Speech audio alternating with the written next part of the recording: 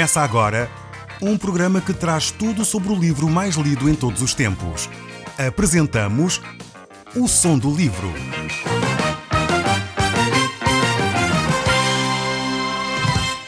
Seja muito bem-vindo. Neste podcast vai encontrar o livro mais conhecido e lido em todo o mundo.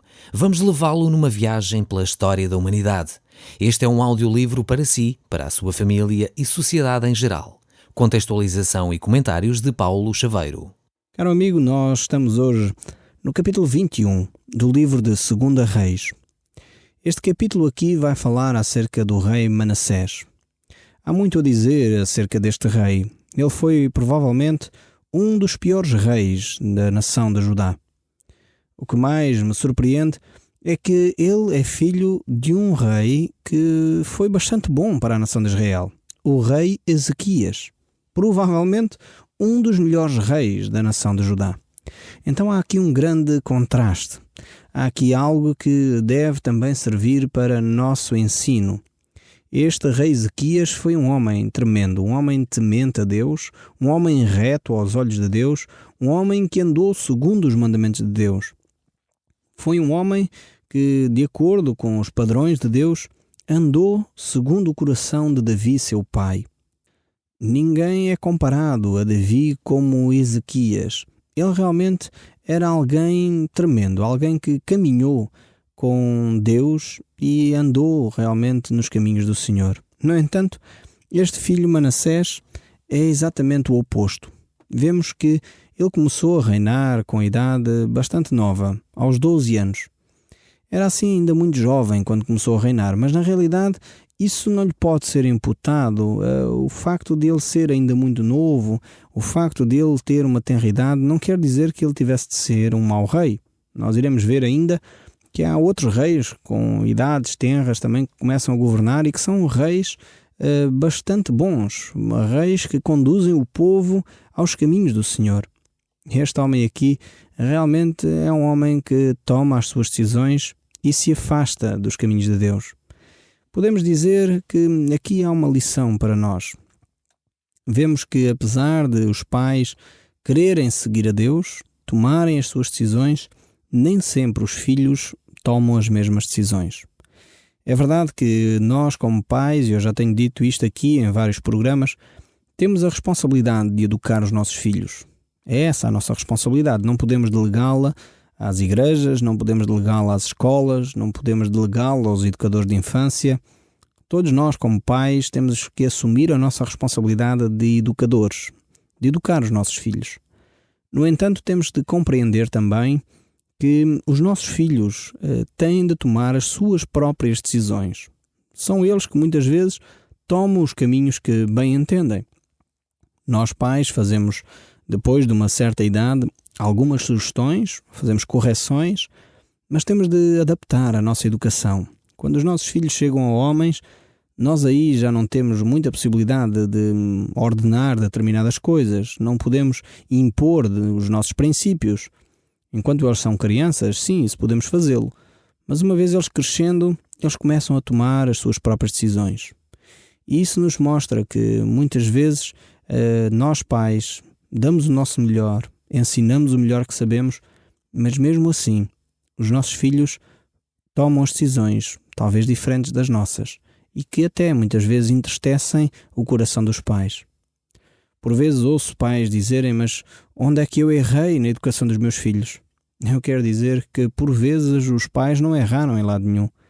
Foram os próprios filhos que tomaram as suas opções. Foram eles que decidiram que queriam tomar aquele caminho. Provavelmente eles precisavam de fazer essa sua experiência para aprender com a vida. Nós pais muitas vezes queremos evitar que os nossos filhos sofram. Queremos evitar que eles tenham perdas tremendas. Por isso muitas vezes controlamos demais a vida dos nossos filhos. Tomamos demasiado as rédeas da vida deles. Influenciamos demais. Por vezes há a necessidade de cortar esse cordão umbilical quando eles já são adultos, para que eles façam o seu próprio percurso de vida. No entanto, há por vezes situações como estas aqui, em que um pai e uma mãe é temente a Deus, mas o filho não segue os caminhos de Deus. Se você é pai e me está a ouvir, ou se você é uma mãe e me está a ouvir, E se realmente durante a sua vida educou os seus filhos nos caminhos de Deus e hoje talvez o seu filho ou a sua filha não faz essa decisão de seguir a Cristo, de seguir os princípios que você lhe ensinou, eu creio que você não se deve martirizar com isso. Temos aqui este caso de Ezequias. Foi um homem reto, um homem segundo a palavra de Deus nos diz, um homem temente a Deus, um homem que buscou fazer a vontade de Deus no seu dia-a-dia. Mesmo assim, a seguir ele tem um filho terrível como Manassés. Um homem que se afasta completamente dos caminhos de Deus. Um homem que realmente não quer fazer a vontade de Deus. Não sabemos as razões que levaram este homem, Manassés, mais tarde, agora ainda é um jovenzinho, mas um homem a fazer coisas terríveis que desagradam a Deus. Não sabemos ao certo o porquê disso. Mas sabemos que ele tem vontade própria, ele faz as suas próprias opções, ele toma as suas decisões. É por isso que a palavra de Deus nos diz que os pais não serão mortos em lugar dos filhos, nem os filhos em lugar dos pais. Cada um será morto pelo seu próprio pecado, ou seja, cada um tomará sobre si a sua própria responsabilidade. Isto no livro de Deuteronômio, logo na lei. Muitas vezes há pessoas que querem dizer que, enfim, há consequências tremendas e o pecado do pai será visitado no pecado do filho, etc, etc. A lei diz logo que não. Não mais isso acontecerá. E o livro de Ezequiel nos fala, no capítulo 18, exatamente desta mesma perspectiva, em que Deus não mais visitará o pecado do pai nos filhos. Quem é responsável pelas suas decisões é cada indivíduo. Não podemos responsabilizar uns aos outros. Ou seja, nós não podemos tomar decisões pelos nossos filhos. É por isso que a palavra de Deus nos mostra que nós não podemos obrigar os nossos filhos a seguir a Deus. Por isso mesmo, eles terão de tomar as suas decisões. E é por isso que cada indivíduo terá que prestar contas individualmente a Deus. Eu, como pai, não posso obrigar os meus filhos a seguir a Cristo.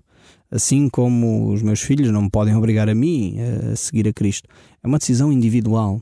Você que me está a ouvir não pode dizer que é cristão simplesmente porque os seus pais um dia foram cristãos e decidiram ir à igreja. Não, é uma decisão sua. É algo que você tem de tomar diante de Deus. Isso não pode ser imputado aos seus pais, é uma decisão que você hoje tem de tomar. Quer ou não seguir a Cristo. Assim como os pais não devem de viver angustiados se os filhos se afastaram dos caminhos de Deus. É óbvio que nós como pais nos preocupamos com o futuro deles, sabemos que as decisões erradas que eles tomam vão ter consequências. Isso é nesse sentido, nós pais ficamos preocupados. Mas não no sentido de ficarmos com a responsabilidade total sobre nós. Os nossos filhos fazem opções. E muitas vezes as opções que eles fazem, nós como pais não podemos evitar. Têm de ser eles a tomar. Podemos orar pelos nossos filhos, podemos aconselhar os nossos filhos, podemos orientar, mas em última análise, a decisão da vida deles, são eles que a tomam. Eu gostaria, de facto, antes de começarmos a estudar este texto de 2 Reis, capítulo 21, fazer esta pequena reflexão, porque realmente aqui temos este contraste tremendo entre Manassés e o seu pai, Ezequias. Mas vamos então começar o texto bíblico a lê-lo no 2º livro de Reis, no capítulo 21. Se você tiver uma Bíblia à mão, eu gostaria que você pudesse abrir. Diz assim o verso 1. Tinha Manassés 12 anos de idade quando começou a reinar e reinou 55 anos em Jerusalém. Sua mãe chamava-se Efzibá. Fez ele o que era mau perante o Senhor, segundo as abominações dos gentios que o Senhor expulsara das suas possessões, de diante dos filhos de Israel. Temos aqui que Manassés procura estabelecer de novo estas abominações no meio do povo de Israel. O seu pai, por um lado, tinha agido no sentido de retirá-las, removê-las do meio da nação. Agora o seu filho restabelece a idolatria, restabelece a impureza no meio da nação. E Deus mostra claramente que ele foi um mau rei. Mas continuemos a olhar para o verso 3. Diz: Pois tornou a edificar os altos que Ezequias, seu pai, havia destruído. Levantou altares a Baal, fez o poste ídolo, como fizera Acabe, o rei de Israel, e se prostrou diante de todo o exército dos céus e o serviu. Vemos aqui que Manassés, pelos vistos, queria desagradar realmente aos seus pais. Tudo aquilo que o seu pai tinha feito de bem, ele agora vai e contraria, fazendo exatamente o oposto. É por isso que eu quero dizer mais uma vez que um pai não pode ser responsabilizado pelo caráter do seu filho. Um pai certamente contribui para que esse caráter seja formado. O caráter de uma pessoa é moldada pela educação, pelos valores, mas muitas vezes, depois essa pessoa de ter recebido essa informação, ela tem de tomar decisões. Em última análise, ela é responsável pelo seu próprio caráter. Não estou a dizer com isto que as circunstâncias, a sociedade não vai moldando a pessoa. É óbvio que sim, eu não estou a negar esse aspecto. Mas também tem a ver com as decisões finais que as pessoas tomam. Muitas vezes, dois indivíduos expostos a circunstâncias idênticas, que vivem num ambiente idêntico, têm atitudes completamente diferentes. E isto tem a ver com as decisões pessoais de cada um. Ezequias foi um pai dedicado, um homem tremendo de dedicação a Deus, fiel, um homem que andou retamente diante do Senhor. Porém, Manassés, o seu filho, ele é um homem que se afasta dos caminhos de Deus, não quer saber das coisas de Deus, volta a estabelecer o culto aos ídolos, ele volta a fazer adoração aos astros, ao sol, à lua, aos astros, e ele adorou essas coisas, quando o seu pai, a Bíblia, o ensino daquela época da palavra de Deus, mostrava claramente que isso era algo que Deus abominava. Parece que este homem tinha prazer em mostrar aquilo que era desagradável a Deus e aquilo que era desagradável ao seu pai, aquilo que o seu pai e a sua mãe certamente lhe tinham ensinado. Manassés volta a restabelecer toda essa superstição, todo esse culto pagão no meio da nação de Judá.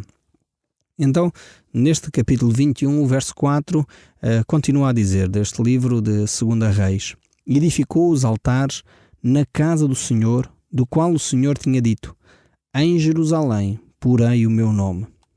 Vemos que Manassés vai bem mais longe do que aqueles reis anteriores. Ele, por um lado, não só levanta os altares onde eles já existiam, mas agora traz também esses altares para Jerusalém, para a casa do Senhor, e traz uma grande confusão ali naquele lugar que supostamente seria simplesmente para a adoração a Deus. E ele realmente vem e tenta confundir todos estes aspectos. Ele coloca e despreza o nome de Deus. Manassés realmente profana tudo aquilo que era sagrado para o povo de Judá. O verso 5 nos diz: também edificou altares a todo o exército dos céus nos 2 átrios da casa do Senhor, e queimou como sacrifício, adivinhava pelas nuvens, era agoreiro e tratava com médios e feiticeiros.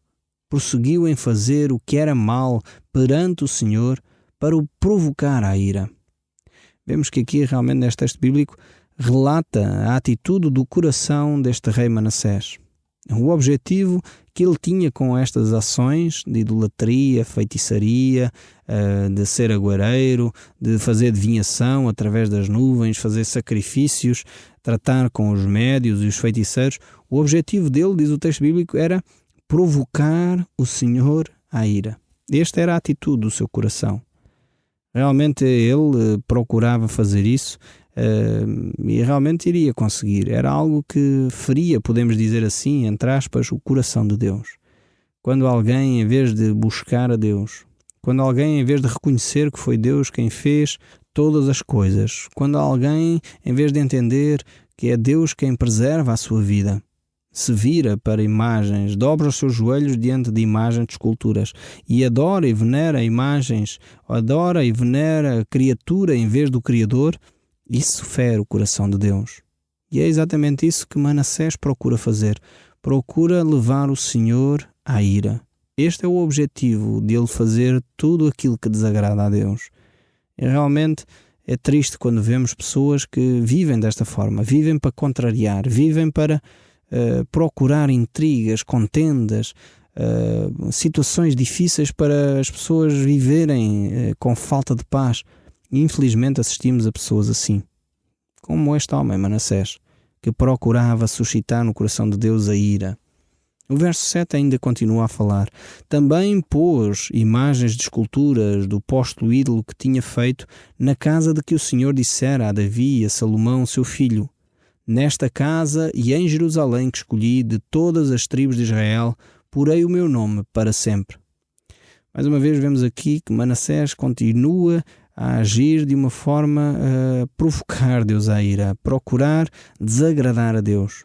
Eu creio que Manassés chegou realmente ao extremo da idolatria, do paganismo no meio do povo de Deus. Quando a apostasia é praticada e é vivida por uma pessoa que realmente lidera uma nação, tem um papel de liderança, isso faz um grande impacto em muitas pessoas. Pois ele está visível, ele tem uma influência sobre muita gente. E é exatamente isso que Manassés tem. Ele era o rei da nação de Judá. E ele realmente procura destruir tudo aquilo que o seu pai havia construído. Ele quer fazer tudo o oposto daquilo que o seu pai fez. E isto iria influenciar de uma forma tremenda a nação de Judá. Ele iria realmente levar a nação de Judá a se afastar dos caminhos de Deus. E por causa desse afastamento iria sofrer as consequências de terem tomado essa decisão. Vemos realmente que esta era a atitude de Manassés.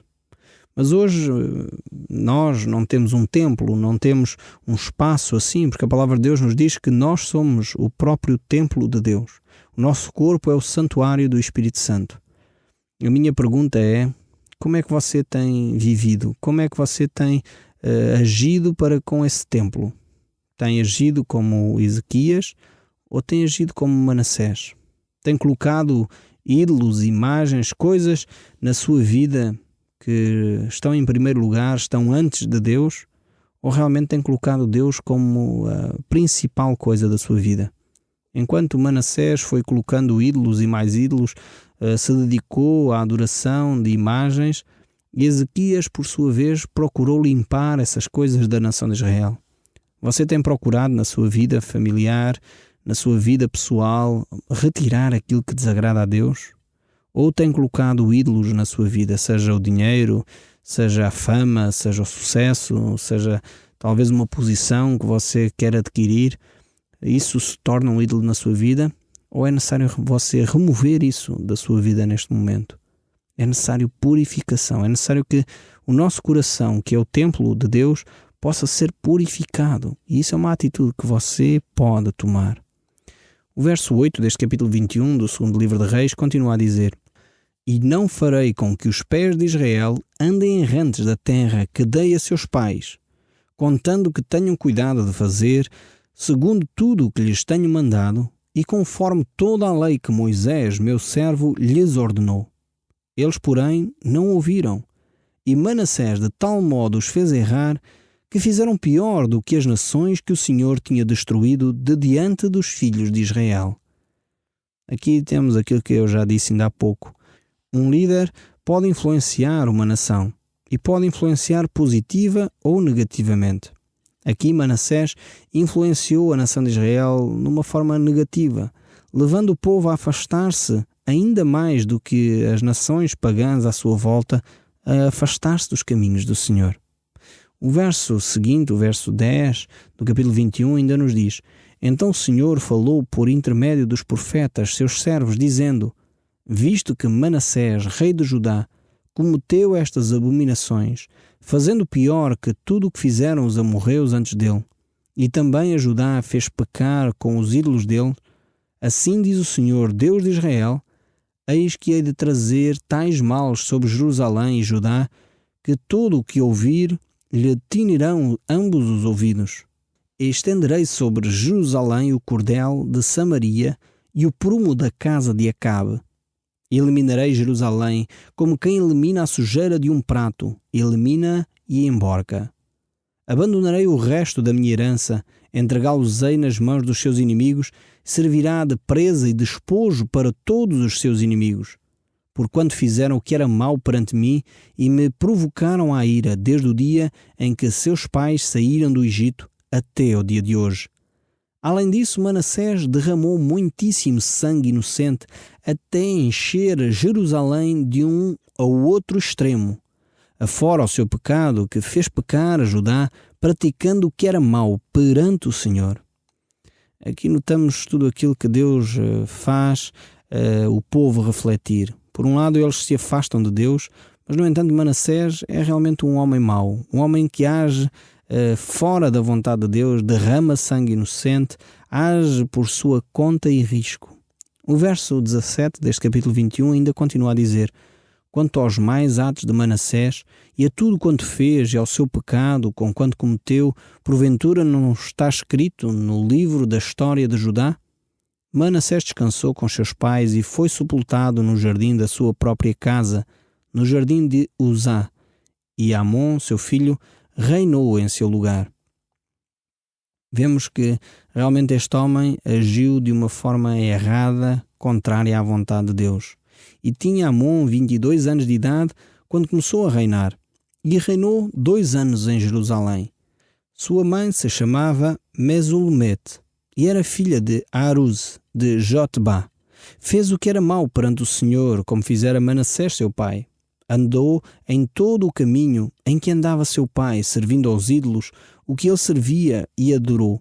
Assim abandonou ele o Senhor, Deus de seus pais, e não andou no caminho do Senhor. Os servos do rei Amon conspiraram contra ele e o mataram na sua própria casa. Porém, o povo da terra feriu a todos os que conspiraram contra o rei Amon e constituíram a Josias, seu filho, rei em lugar dele. Quanto aos mais atos de Amon e a tudo o que fez, porventura não está escrito no livro dos reis de Judá? Foi ele enterrado na sua sepultura no jardim de Uzá, e Josias, seu filho, reinou em seu lugar. Aqui temos um pequeno relato acerca deste homem, Amon, filho de Manassés.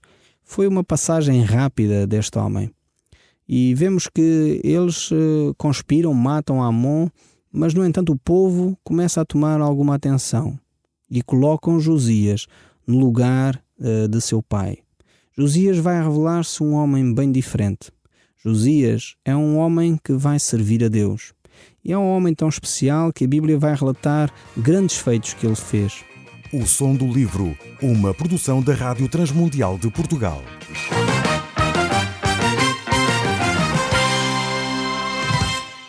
RTM. Conhece todos os nossos programas em rtmportugal.org.